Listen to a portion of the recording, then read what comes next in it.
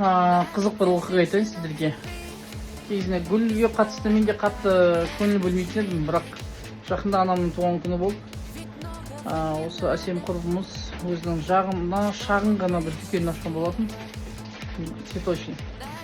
Сөйтіп жарнама керек деді, давай көрейік деп аяқ астынан 11 букет алдырдым. Сенесіз ба? 11 букет келді. И үйге туысқандарға берген кезде барлығында былай айтқанда көздерінен жас келді. Мен бұндай бір эмоция береді деп шынымен де ойламадым.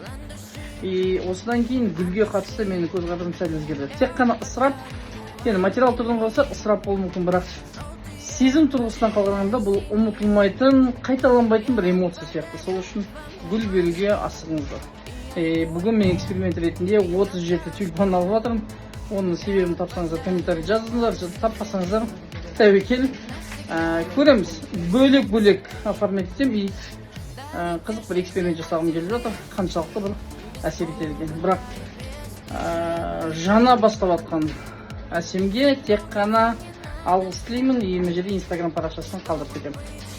Гүлім Каскелен, спасибо за то, что вы есть, то, что вы открылись.